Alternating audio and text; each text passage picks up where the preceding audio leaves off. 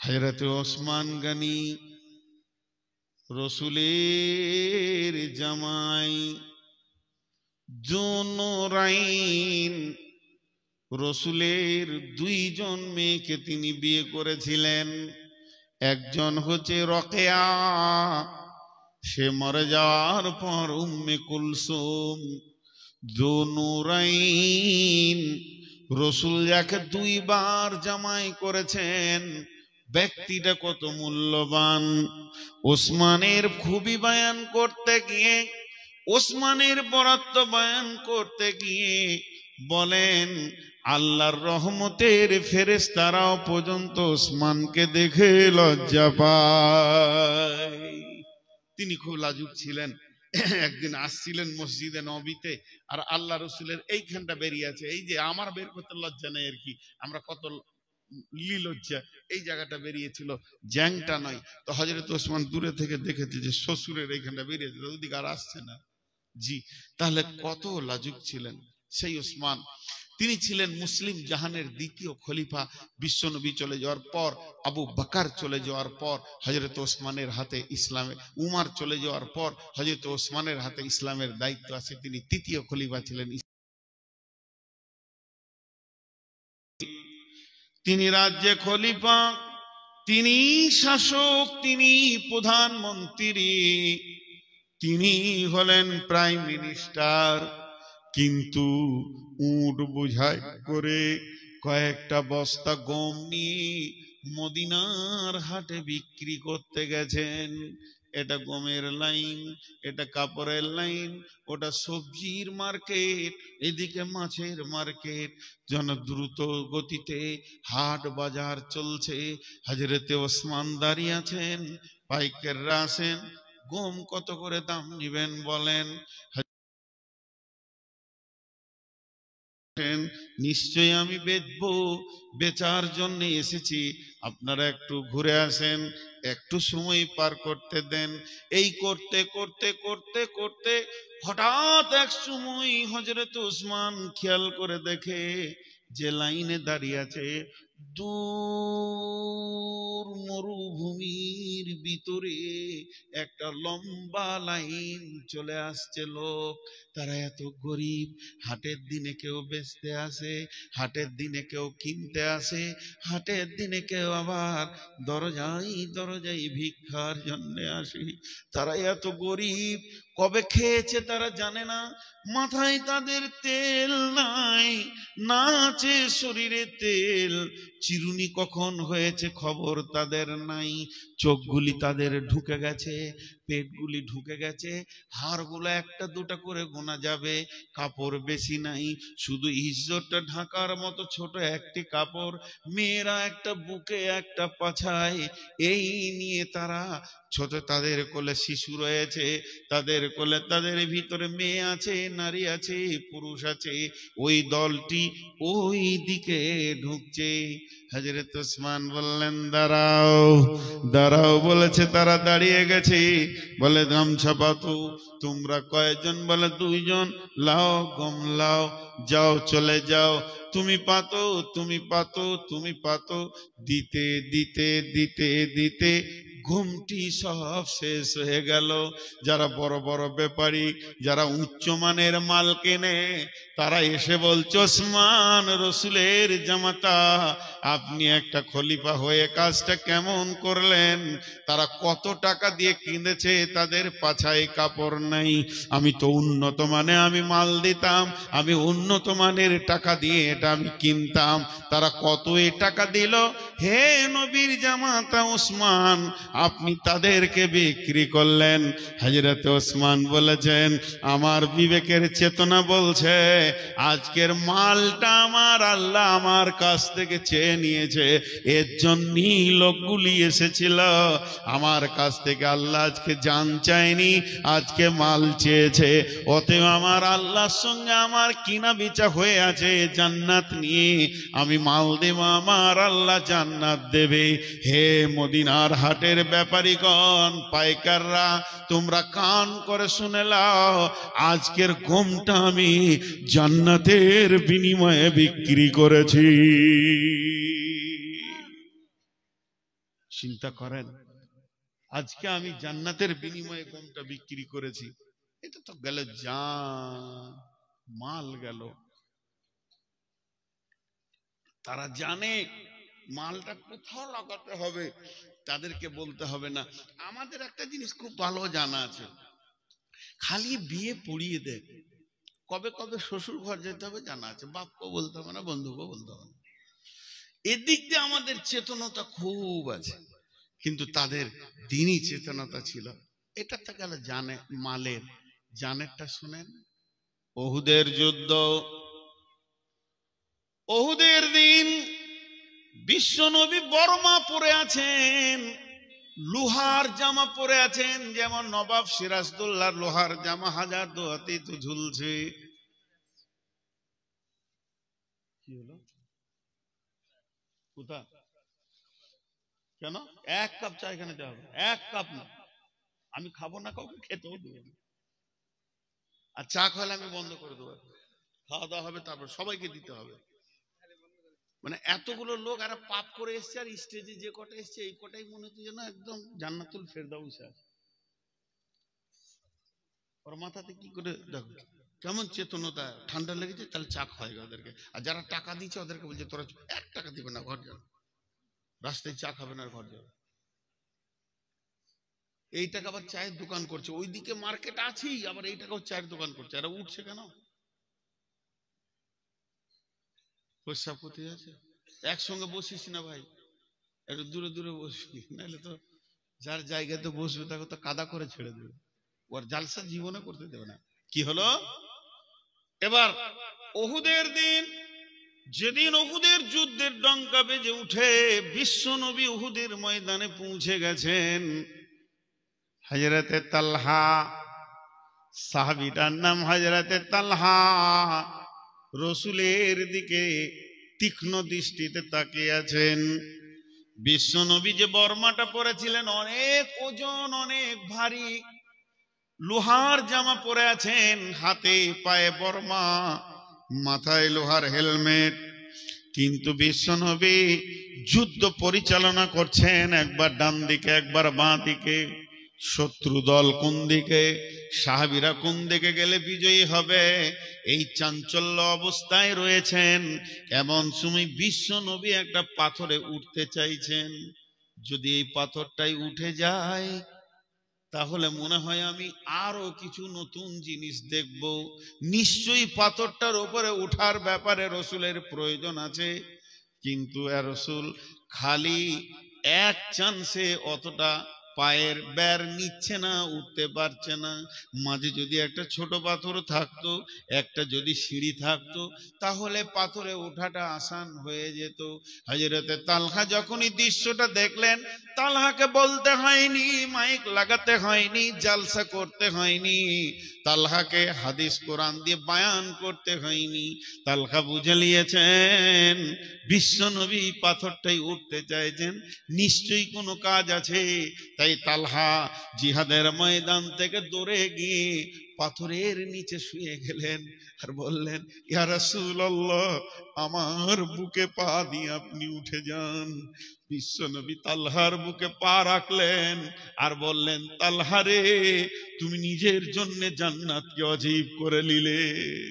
এই বলে পায়ে পা দিয়ে পাথরে উঠলেন। বন্ধুরে, তালহাকে বলতে হয়নি।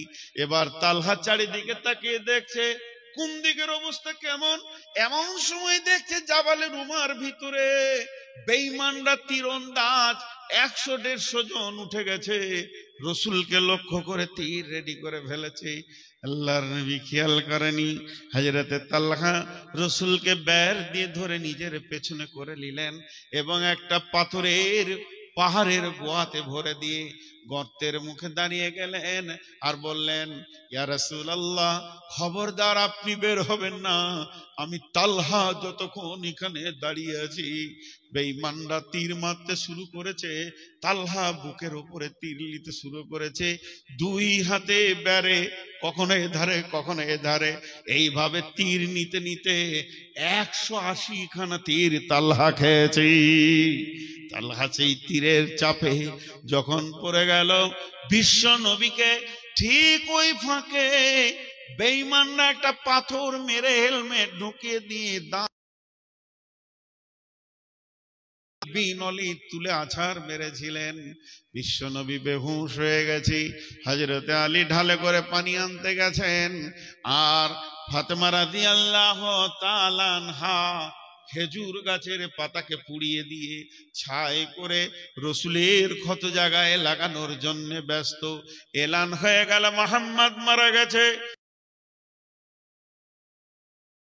সঙ্গে যাদের স্বল্প ঈমান ছিল, যেমন কিছু লোক উঠে চলে গেল মালের কথা বলাতেই, ওইভাবে কিছু লোক ময়দান ছেড়ে পালিয়ে গেল। চারিদিকে হই হুল্লোড় লেগে গেল। হযরত আলী এলান করলেন, হে মদিনার মুসলমানেরা, কান করে শোনো, নবী মুহাম্মদ সাল্লাল্লাহু আলাইহি সাল্লাম জীবিত আছে, এখনো পর্যন্ত হুঁশে আছে। এমন সময় হযরত আবু বকর দৌড়ে আসছেন। দুইখানা হুঁক রসুলের এখানে ঢুকে গেছিলেন। সেই হুঁক দুটোকে বের করার জন্য হযরতে আবু বকর রসুলের দিকে দৌড়ে এসে একটা রসুলের হাতে মাথায় হাত আর একটা গর্দনে হাত রেখে বের করবে। তালহা তীর খেয়ে রক্ত ঝরা বৃষ্টি নিয়ে ওই অবস্থায় বলছে, ভাই আবু বকর, তোমাকে আল্লাহর কসম দিছি, ওই তীরটা তুমি, ওই হুকটা তুমি আজকে বের করার হক রাখো না। আমি রসুলের খিদমত যখন শুরু করেছি, হে ভাই আবু বকর, আমাকে শেষ পর্যন্ত রসুলের খিদমতটা করতে দাও। আল্লাহর নবী আবু বকরের মাথাটা সরিয়ে দিলেন। তালহা হুটুরে এসে সটুরে এসে রসুলের দুইখানা হুঁক কেটে বার করলেন। এরপরে তালহা পড়ে গেলেন। ওহুদের যুদ্ধে তালহা মরেনি, ওহুদের যুদ্ধে আল্লাহ তাকে মওত দেয়নি। ক্ষত তালহা যখন পৃথিবী থেকে বিদায় নেয়, তালহা যখন পৃথিবী থেকে চলে যায়, আল্লাহর নবী দাফনের কাজে ছিলেন। রসুলের আগে তালহা বিদায় নিয়েছেন। দাফনের কাজ, কাফনের কাজ যখন শেষ হয়ে গেল, তখন বিশ্বনবী লম্বা কবরে দাঁড়িয়ে দোয়া করলেন, তালহার না, খালি ছোট্ট করে একটা কথা বলে দিলেন। কি বললেন? এ আল্লাহ, তালহা এতদিন আমার কাছে ছিল, আজকে আমি তোমার কাছে জমা দিলাম। হে আল্লাহ, তুমি তোমার বন্ধু হাবিবের, তুমি তোমার বন্ধু হাবিবের, তোমার আখিরি পয়গম্বরের একটা দরখাস্ত তুমি শুনে নাও। যেদিন ইসরাফিল সুর ফুঁকবে, আমার তালহা কবর থেকে যেদিন হাসরের মাঠে উঠবে, ওই দিন তুমি আমার তালহাকে দেখে মুচকে হাসবে, আমার তালহা তোমাকেও দেখে হাসবি। কখন হয়েছিল? যখন জান চাইছে ইসলাম, আল্লাহ আল্লাহ আমাকে বলছে তুই এখন জান রেডি কর, তখন এই চেতনাটা ফিরেছিল। কিন্তু এই দোয়াটা তখনই পেয়েছে। আমাদের চেতনা নাই। আমাদের দুনিয়ার ব্যাপারে খুব চেতনা আছে, দুনিয়ার ব্যাপারে আমাদের চেতনতার অভাব নাই। আমাদের চেতনতার অভাব হচ্ছে আখিরাতের ব্যাপারে, দিনের ব্যাপারে আমরা অজ্ঞ হয়ে গেছি। আমাদের জান, আমাদের মালকে আমরা আটকে রাখতে চাইছি, কিন্তু হালাকে তা নয়। যেটুকু নেবার আল্লাহ নেবেন। জি ভাই, আপনাদের কাছে দুটি স্যাম্পল দিলাম, আপনারা উঠাউঠি করবেন, আমি পুরো 12টাই ছাড়বো ইনশাআল্লাহ। না, আমাকে ভালোবাসো, ভালোবাসো, এখনই ছাড়তে বলো। 490 সুগার,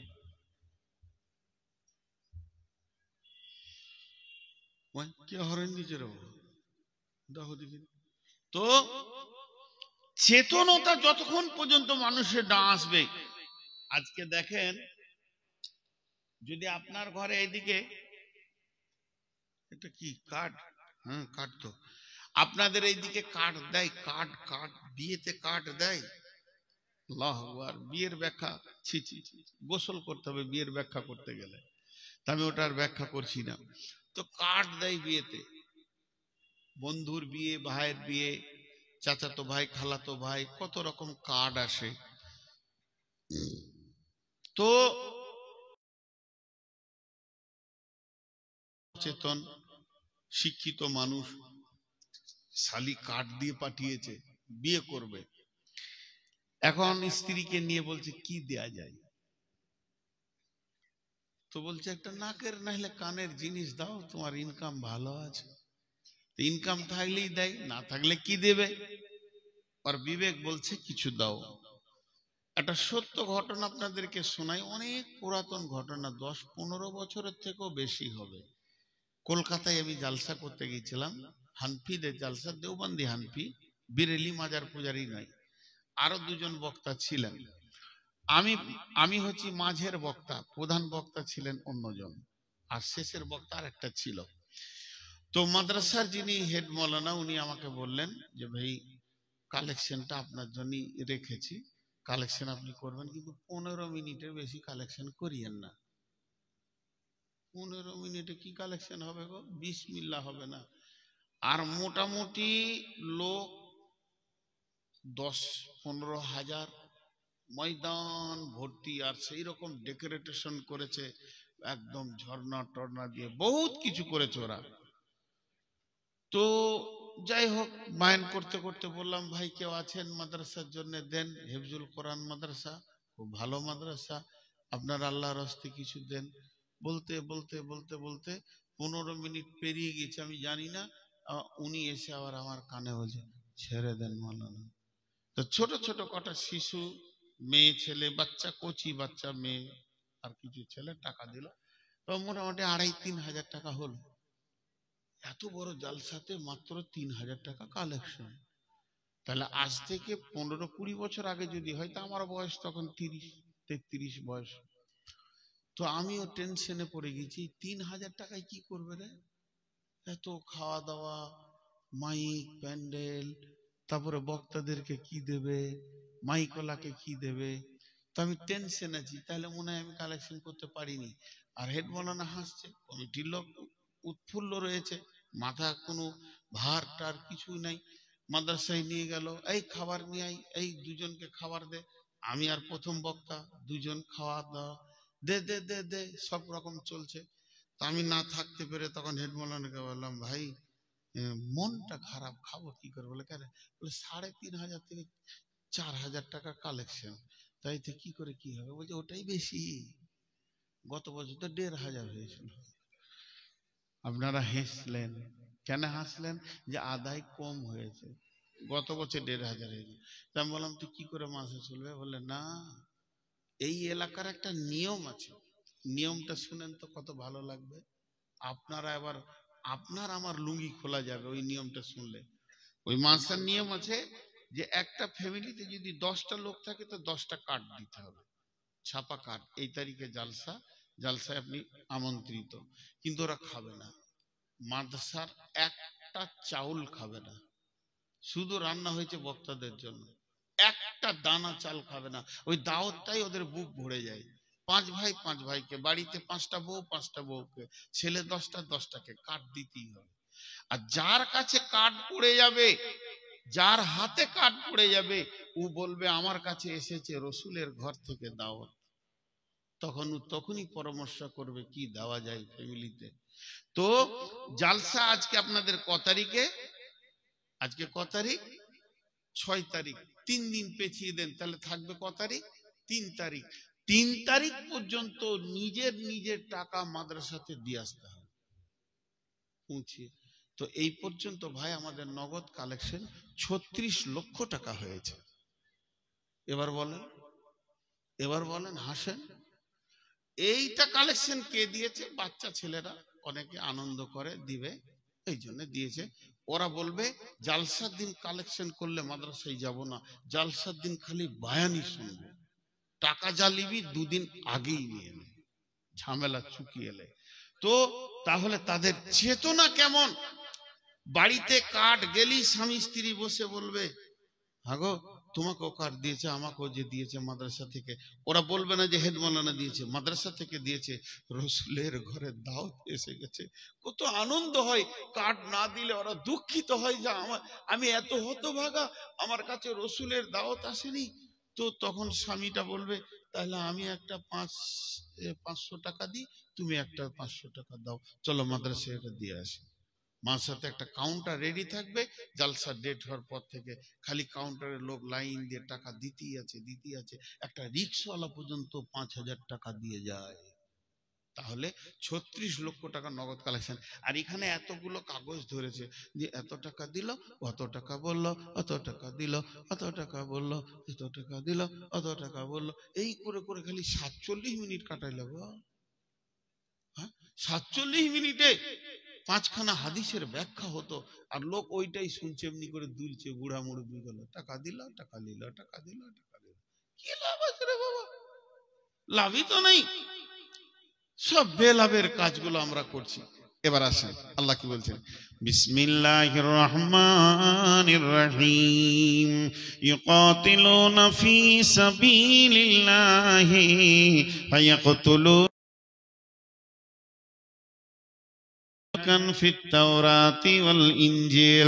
প্রয়োজন হলে তোকে কতল হয়ে যেতে হবে। যদি তুমি দেখো ইসলামকে বাঁচানোর জন্য আমার কতলের প্রয়োজন আছে, তুমি ঘাটটা পেতে দাও। আবার যদি মনে করো আমি কতল করব তবে ইসলাম বাঁচবে, তুমি কতল করে দাও। আমি সাহাবীটার নাম ক্লিয়ার বলতে পারছি না, সম্ভব সাদ বিন মায রাদিয়াল্লাহু তাআলা আনহু নিজের বাপকে কতল করেছিলেন। কেন করেছিলেন?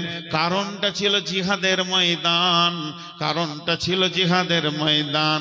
বারবার তার বাপ মুশরিকের দল থেকে এসেছিল জিহাদ করতে, ঠিক মতো ছেলেকে জিহাদ করতে দিচ্ছে না, যেহেতু ছেলের সামনে গেলে আর আমাকে মারতে পারবে না, আর মুসলমানরা হেরে যাবে, রসুলের দল হেরে যাবে।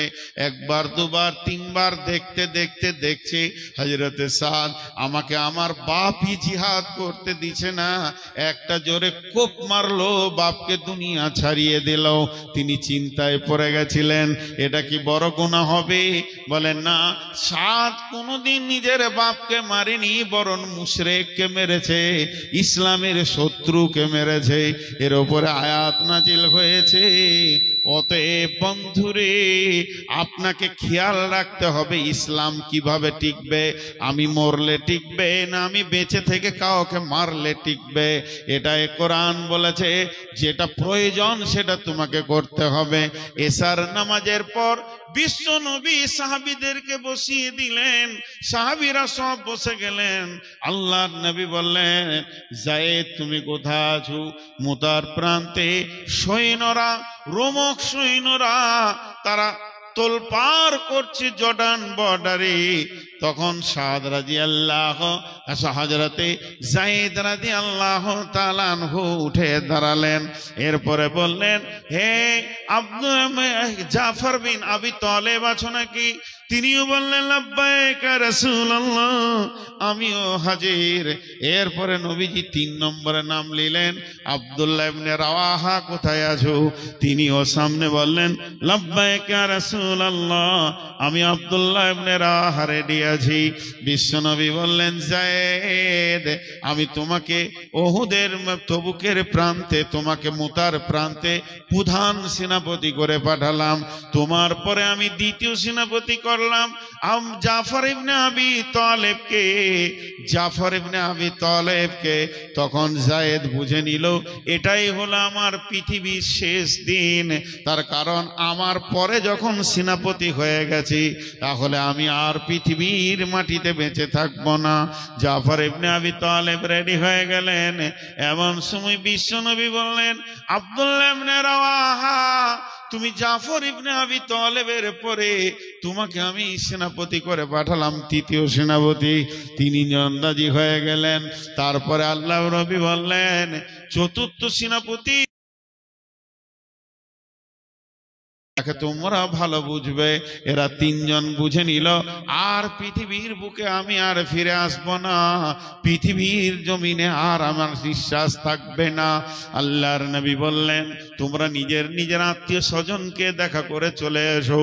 বিশ্ব নবী যখন কথা বললেন, হযরতে যায়েদ বললেন, ইয়া রাসূলুল্লাহ, আমি আপনার কাছে মানুষ হয়েছি, আম্মা জান আয়েশা আমার মায়ের ভূমিকা পালন করেছে, ত্রুটি যদি যদি কিছু জীবনে করে থাকি আপনারা দুজনই আমাকে ক্ষমা করে দেবেন। বসে গেলেন।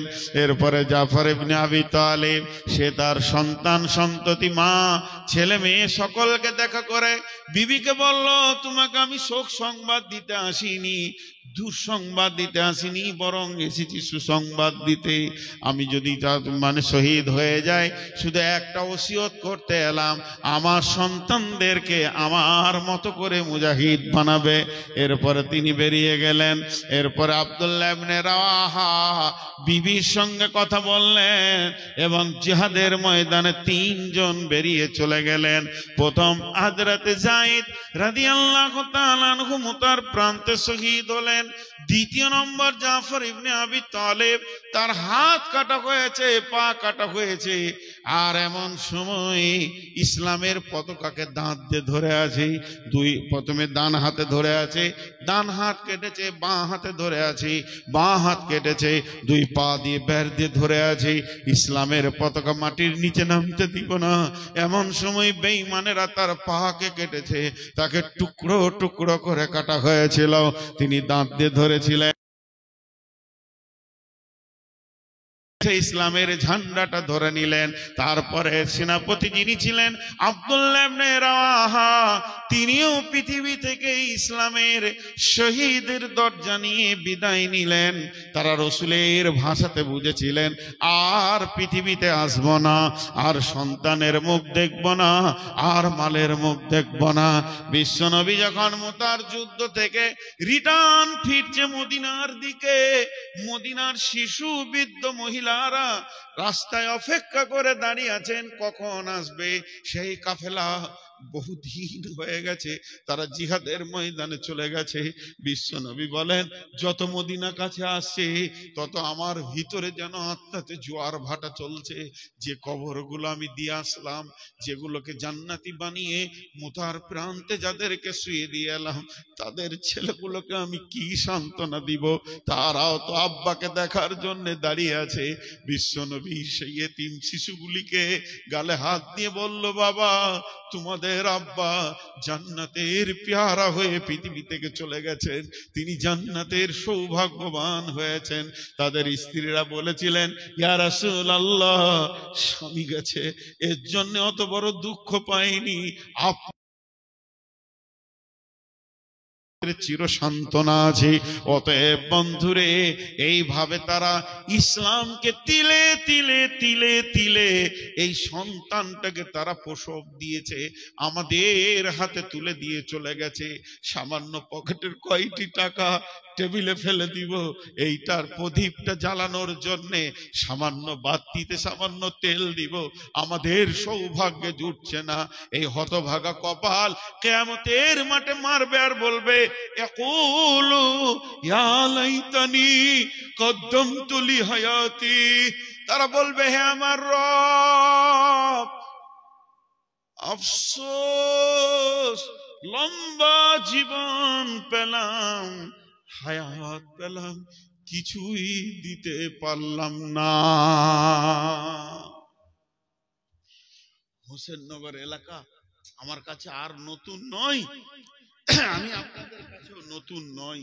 একজনা চালাবে মাদ্রাসাটা, একজনা, সে লোক আছে, কিন্তু চেতনা নাই।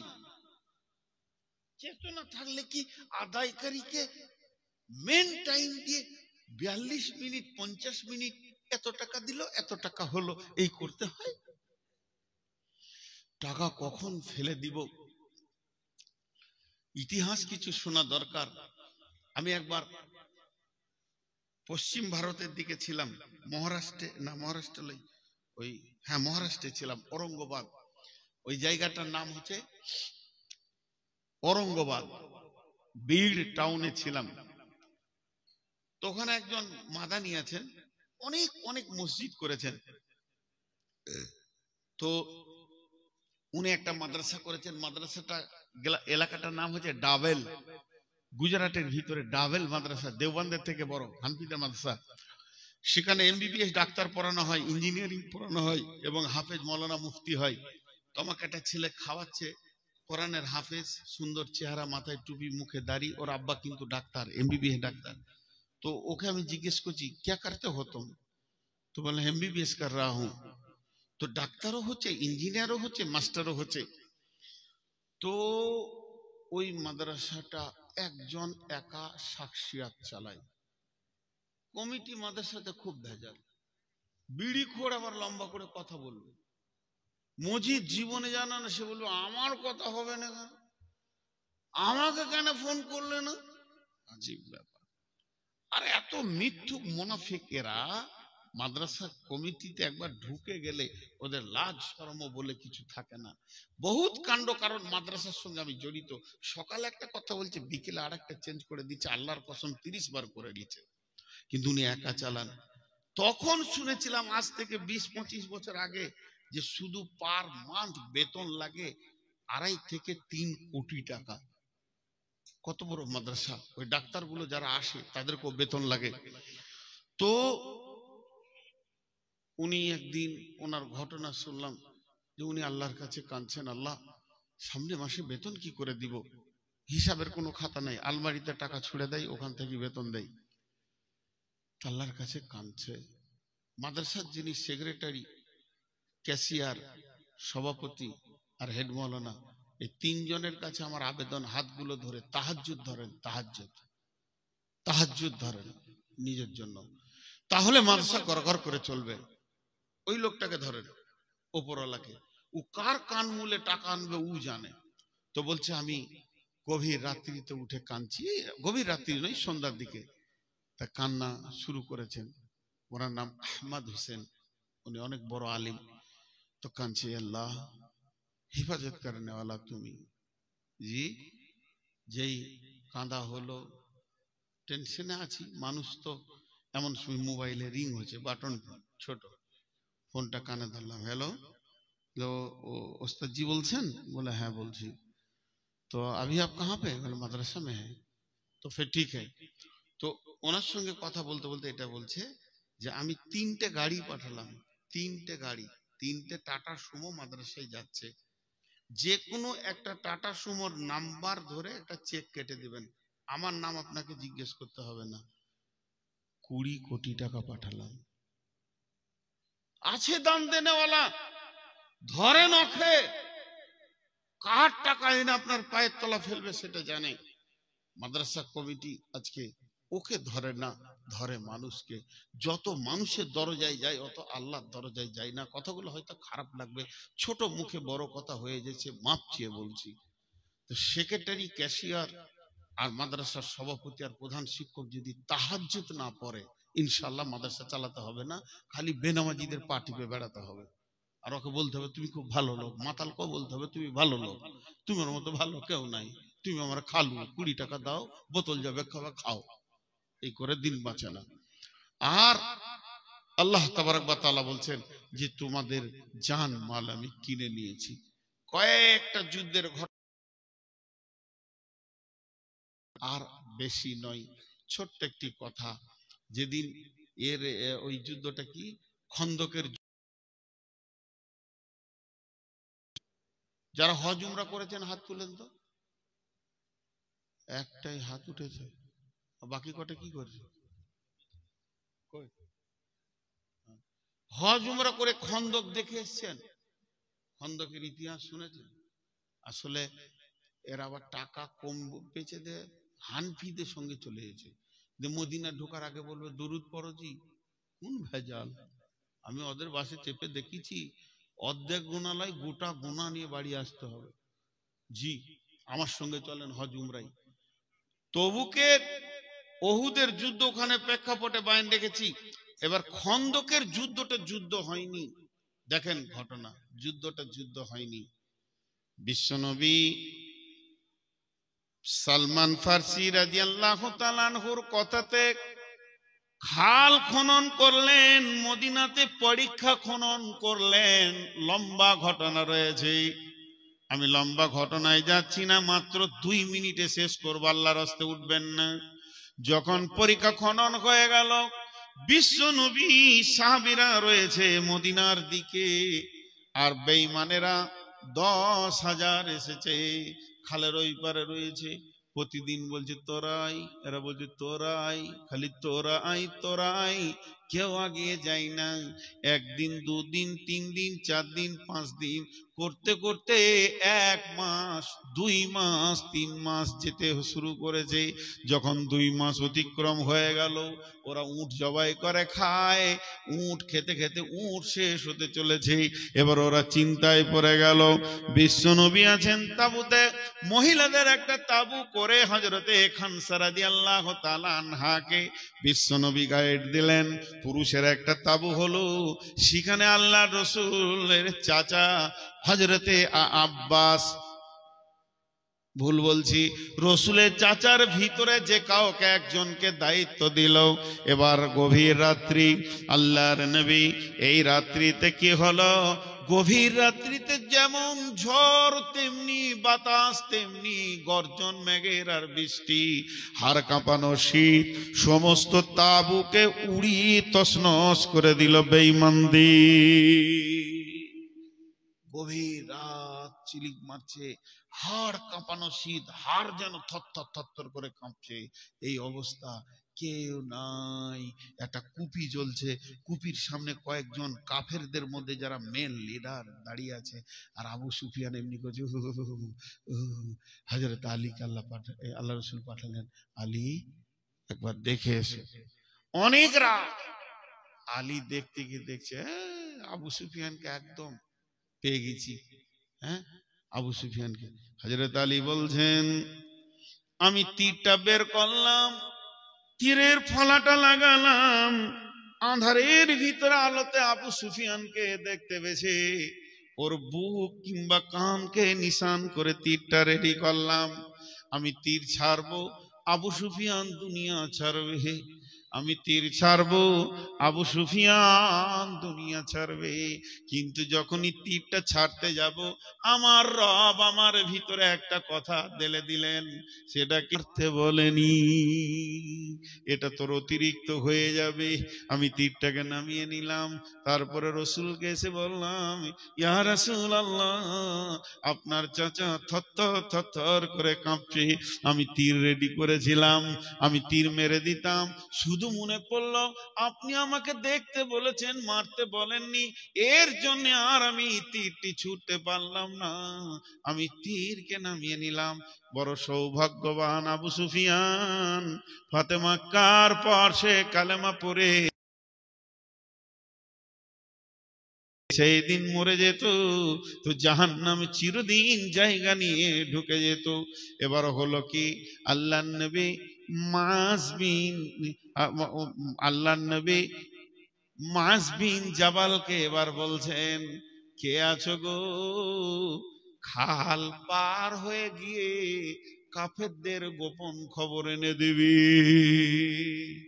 গোটা মদিনা রাতে শুনশান, প্রচন্ড ঝড়ে তারা কষ্টে ঢুকে গেছে, মানুষের কোনো শব্দ শোনা যায় না। আর ওরা তাঁবু নিয়ে ওই পারে ছিল, ওই খাল যেটা পরীক্ষা খনন করা হয়েছিল ওই পারে ছিল। তা ওইটার খালে নেমে আবার ওই দিকে উঠে ওদের ভিড়ে ঢুকে খবর আনতে যাওয়া মানে মওতের মাঝে যাওয়া। হযরতে মাজ বিন জাবাল বললেন, ইয়া রাসূলুল্লাহ, আপনি আমাকে দোয়া করেন, আমি খবর এনে দিব। হ্যাঁ, আমি ওই জন্যই তো টান মারছি, তো আপনি আমার জন্য দোয়া করেন, আমি খবরটা নিয়ে আসব।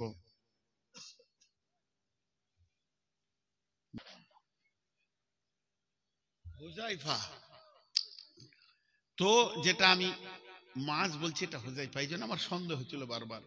তো হুযায়ফা তখন বলছে যে আমি আস্তে আস্তে আস্তে আস্তে নামলাম, তবে আমি রসুলের কাছে দোয়া চেয়ে গেলাম, ইয়া রাসূলুল্লাহ আপনি দোয়া করেন, ইনশাল্লাহ আমি খবর আনবো। তারপর আস্তে আস্তে নামলাম, তো ওইদিকে উঠলাম, গভীর আঁধার রাত, আবু সুফিয়ানকে যে কজন ঘেরে ধরে আছে ওখান থেকে একটা একটা করে আইন রচনা হচ্ছে, আর সবাই সবাইকে কানে কানে বলছে। ওদের সিস্টেমটা দেখেন কত সুন্দর। দে আবু সুফিয়ান বললে, আমাদের যারা আছো সবাই হাতে হাত ধরে লাও, ধরে লাও, সবাই সবাইকে ধরছে, তাহলে ই যদি কাউকে না ধরে তাহলে এই মালটাই হচ্ছে বাইরের মাল, তাহলে মার খেয়ে মরে যাবে। তা হযরতে হুযায়ফা বললেন যে আমি দুজনকে ধরে